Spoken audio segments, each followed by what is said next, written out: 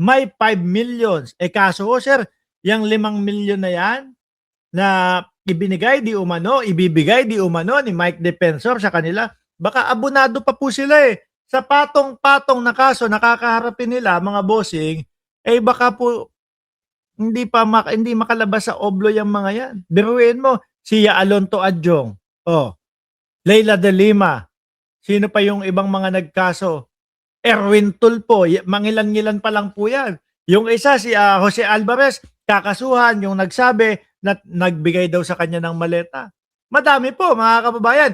Ngayon, ang tanong natin, ilan po kayang mga congressman, mga bossing, ang pinadalan nila ng sulat na iniengganyo, na i-endorso po, na i-impeach si Pangulong Bongbong Marcos? Ilang kaya yung ganon? Kaya ang style ho ni Baligod, mga bossing, yung tipo bang, meron pa kaming mga papangalanan, hindi muna namin sasabihin sa inyo upang sa ganon, makapag-antay, matakot yung mga congressman, mga kababayan, naku, kapag hindi ko to isinulong, pinursige, sasabihin nila may maleta din akong natanggap kahit wala naman. Ayun, hinihintay nila yon, yung magiging reaksyon ng mga congressman doon sa pinapaikot nilang impeachment para kay Bongbong Marcos, mga bossing. Pagka hindi umoo, na i-endorso ng congressman na yun, yari, kasama ka doon sa na pagbigyan ng maleta. Ganyan ang style nila di ho ba, mga kababayan? Nung nakaraan po, nabigyan din ng maleta itong si Secretary Larrigadon. Ano po ang laman? Mary Grace at Piatos po, mga bossing. Ngayon, ang tanong dito, syempre papalapit na po ng papalapit ang impeachment, mga kababayan. Ang tanong natin, ang Vice Presidente kaya ay makapag-produce ng Mary Grace Piatos? Ano po, kapag hinagilap ng mga prosecutors, ng mga hurado, mga kababayan, sino kaya ang hinaharap nila? Naalala ko pa si Senator Bato de la Rosa, no, nung hindi pa siya nagtatago, ang yabang-yabang, gusto ipagtanggol ang Vice Presidente. Ang sabi sa Davao, ang daming mga Piatos dun, may mga pamilya Piatos dun. Ganon. Para mailusot niya, mga kababayan. Ganito po, no? Sinasabi ng mga DDS, Mark,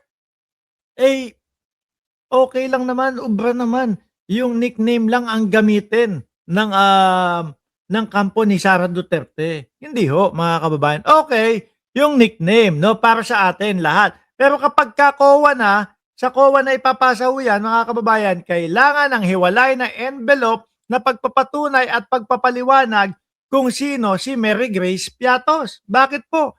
Dahil sabi ko nga sa inyo, nung mga nakaraang mga vlogs natin, kapag hinayaan lang po na mga nicknames, alias lang po ang ilalagay dyan, yung iba pong mga nakatanggap ng confidential funds, sasabihin lang po nila, bumili kami ng impormasyon dito sa ganitong tao na to, dito sa pangalan na ito. Pag hindi na inalam, madami po ang gagawa kahit hindi naman po sila bumibili ng impormasyon or kahit na hindi para sa bayan yung ginamitan nila nung confidential funds. Kaya po, importante yung may hiwalay na envelope na pagpapaliwanag kung sino si Mary Grace Piatos. Kayo po, tanungin ko, may maiproduce kaya ang ating Vice Presidente kung sino si Mary Grace Piatos? Kasi tingin ko po wala, mga kababayan. Unang-una doon po sa mga sulat, ilan yon? 900. 900 po na mga resibo, halos iisa po ang penmanship o yung kumbaga hulma ng pagkakasulat. Parang iisa lang din po ang ballpen na ginamit, mga kababayan. Meron naman si Kokoy Villamin, nagtatrabaho sa DepEd, nagtatrabaho din sa Office of the Vice President. Magkaiba naman yung pirma. Di ba? Ngayon, ang tanong natin, paano nila ilulusot ito? Lalo na po pag dumating na ang impeachment. At dagdag na po natin, mga kababayan. Idagdag na po natin, mga Boss Chief Amo Sir. Alam naman ho natin, na hindi lang po yan ang kinakaharap ng Vice Presidente na impeachment po. Kasama na po yung bribery sa Department of Education, kasama na din po yung sa pagbabanta sa buhay ng Pangulo, asawa ng Pangulo at pinsan ng Pangulo. Yun ang pinaka nakikita kong mabigat at mahirap lusutan ng kampo ng Vice Presidente. Sabi ni Russell Pelobello, 3 tao ang nagpirma para sa mga fake na mga pangalan. Boss Mark, no, di ho ba? Tapos inalam po, mga kababayan, chinek sa PSA. Ano ba, meron bang taong ganito, ganyan? Wala. Birth certificate? Wala. Death certificate? Wala. Marriage certificate? Wala. Ilan po yung ganong mga nakita? Halos kalahati po nung mga resibo. Sabi ni Annalyn Ando, wala silang lusot, kaya gusto nila na magkudeta or mag-martial law. Diyos ko po, akala ho ba nila, no, matatakot o sasabihin ng mamamayang Pilipino, Bongbong Marcos, umalis ka na dyan sa posisyon mo kasi magma-martial law ka. Hindi. Mas naririnig ko pa nga po, sana mag-martial law na para matapos na itong mga panggugulo ng mga Duterte camp, nitong mga DDS. Di ba? Mas gusto pa ng tao na dapat sabi pa nga kay Pangulong Bongbong Marcos, si Pangulong Bongbong Marcos nakakainis na. Hindi pinapansin yung mga bumabati ko sa kanya, yung mga naninira sa kanya. Di ba? Meron tayong ganun. Mga kababayan, ako ho, mismo, minsan napapasabi ko, nakakainis si Bongbong, si Pangulo. Ayun sobra na yung mga panggagago, paninira sa kanya nitong mga DDS na ito, pero hindi pinapatulan.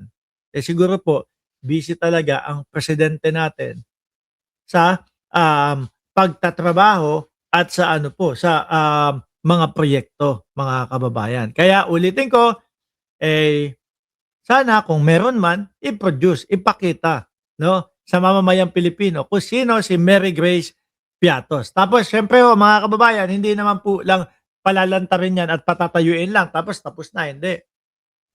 Questionin ho yan, mga kababayan. Lahat po, question and answer. Alamin lahat. Ganito ba, ganyan. At kapag peking Mary Grace Piatos ang inilabas nila, mabubuko at mabubuko pa din ho yan. Tignan nyo ho, mga kababayan, yung 18 Marites at yung si Baligod. Si Baligod, yung 18 Marites, si Orly Gutesa. Di ba hirap na hirap po silang magpaliwanag? Kasi hindi katotohanan yung gusto nilang ipakalat. Hindi talaga nangyari sa buhay nila, mga bossing, no? At ang gusto lang naman ng mga yan maligtas si Saldico, no?